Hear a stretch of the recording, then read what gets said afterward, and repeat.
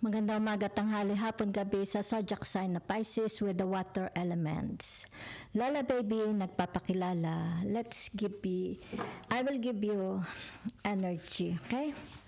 Simula po ngayon, May 3 to May 9. Let's see the energy surrounding para sa mga Pisces, okay? You've earned all your stripes. Yan, di ba? Ang ganda, oh. Kita mo? So it's about abundance, di ba? You can manifest your every wish, okay? It's about your dreams, di ba? The stars, Aquarius, the Uranus, the sky is open, okay? It's like the sky is giving you permission, okay? Ito is gawin nyo ng totoo, di ba? Justice is coming. Kung kailangan nyo ng justice, darating, di ba? Kung may nang api sa inyo, darating, okay? Be your own first priority. It's about your happiness, di ba? O, gusto mong magpainting sa iyong dingding, go on, okay? Yan. Ibig sabihin yan, may right ka rin, okay? You deserve to do it. Yan. Walang pwedeng mag-restrict sa inyo, okay? Pisces, let's see. Your personal energy, okay?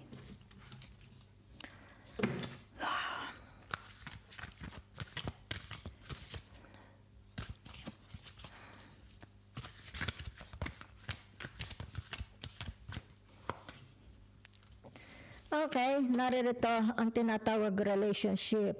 Are you already in a relationship or bagong relationship? Diba? Soulmate. Okay? Yan, naririto ang tinatawag na the sun. Okay? Yan. Ibig sabihin nito, tinatawag na makulay ang daigdig ni Pisces. Diba? At last, nakita na rin niya ang hinahanap niya sa buhay niya. Okay? So, ibig sabihin nito, it's about your happiness. It's about it's like an action. It's like habulin mo ang liwanag. Habulin mo ang araw. Chase the sun. Okay? Yan. So, naririto, tinatawag na, yan, oh, diba? About experiencing, diba? Itong tinatawag love relationship. Okay? Experiencing the sun, diba? So, it's about tinatawag na kasarapan ng inyong nararamdaman. Okay? It's like natapos na din. Okay? Ang inyong laban sa buhay. Maaring dito yung tinatawag, may nagkaroon ng success, di ba? Sa inyong relationship, di ba? Yan, nagkaroon ng success, maari sa marriage, sa inyong career, di ba? Yan, naging makulay, blessed, full of graces, full of blessings, di ba? So nakikita, it's about your priority, okay? It's about your ego, your confidence, okay? Yan. So kumbaga dito tinatawag, you have now time, di ba? To smell the flowers, di ba? To appreciate life, to appreciate beauty. Let's see your social, okay? Energy. Okay, yan. It's about your social energy. Ibig sabihin nito, tinatawag na, it's like, walang hindi active, di ba? Hindi makulay, di ba? Patay. It's like tigil, di ba? Yan. Hindi aktibo. Yun lang ang nakikita ko, ha? It's like walang outcome. Okay? Kabiguan. Okay? Maybe for some of you, nagsha-shut off ang inyong tinatawag na intuition, di ba? Your vision, okay? Walang result. Yan, ha? So, ibig sabihin nito, walang outcome. It's like walang damdamin, malamig, di ba? Yan. Hindi appreciated, di ba? Oo. Hindi attractive, di ba? Yan. Walang attention, okay? Hindi binibigyan ng attention. So, it's a loss, di ba? It's like tinatawag na walang dumating, tahimik, walang tao. Walang kaganapan, walang activities, walang games, walang laro, walang pasyal, 'di ba? Walang tinatawag na support, help, 'di ba? Wala, parang walang katao-tao. Okay? Okay. So, ibig sabihin nito for some of you, okay? The nine of swords, okay? Ibig sabihin nito, pagpapalaya. Okay? Pagpapalaya sa inyong bigat na nararamdaman. Okay? Yan. I don't know. Maybe ito yung tinatawag na maaring wala ka ng... Ito kasi tinatawag wala ka ng maaasahan. Diba? Wala ka ng burdens. Maybe it's about responsibilities. Okay? Ang nakikita ko dito, wala na kayong responsibilities to others. Okay? Nakakalas ka na. Diba? It's like freedom. That's why kaya dito nakikita, ngayon, you have time to smell the flowers. Diba? Ngayon, you have this independence. Diba? Yan. Kumbaga dito, nakakapagbilad na ako sa araw. Diba? I can go out. Kasi nawala ito. Diba?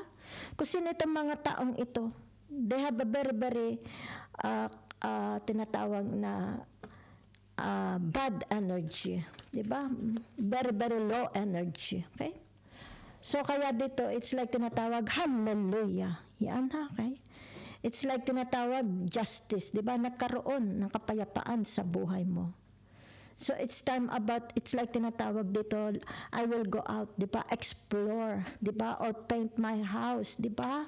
Clean my house. Kasi nawala ito, 'di ba? Mga dalahin ninyo sa so it's your social energy. Let's see the karmic energy para sa mga Pisces, 'di ba? Maritime may kinalaman between you and them, 'di ba? Maybe this time you found someone, kumbaga dito hindi pabigat sa buhay mo, hindi pabigat sa iyong relationship. Okay? It's like dito ginantimpalaan din ako, 'di ba? Natagpuan ko rin, okay? Ang tunay, yan ha, na magmamahal sa inyo.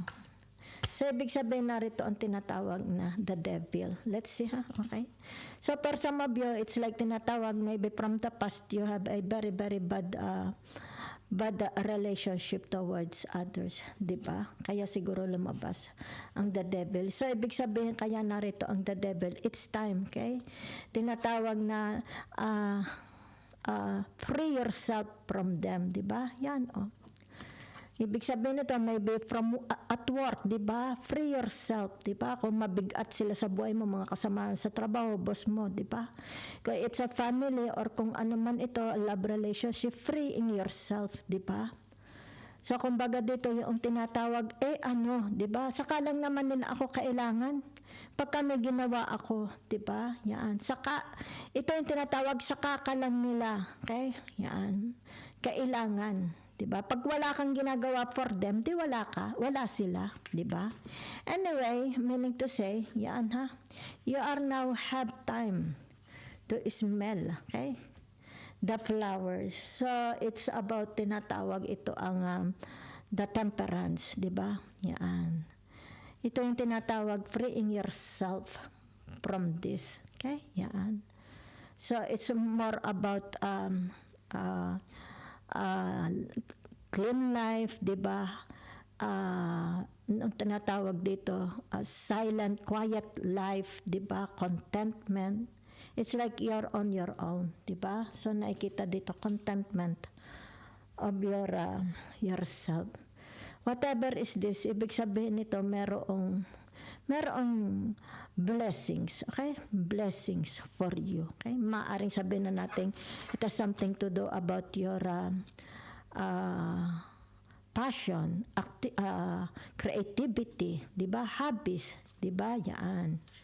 So it's about time to tinatawag na make, okay? Yan o.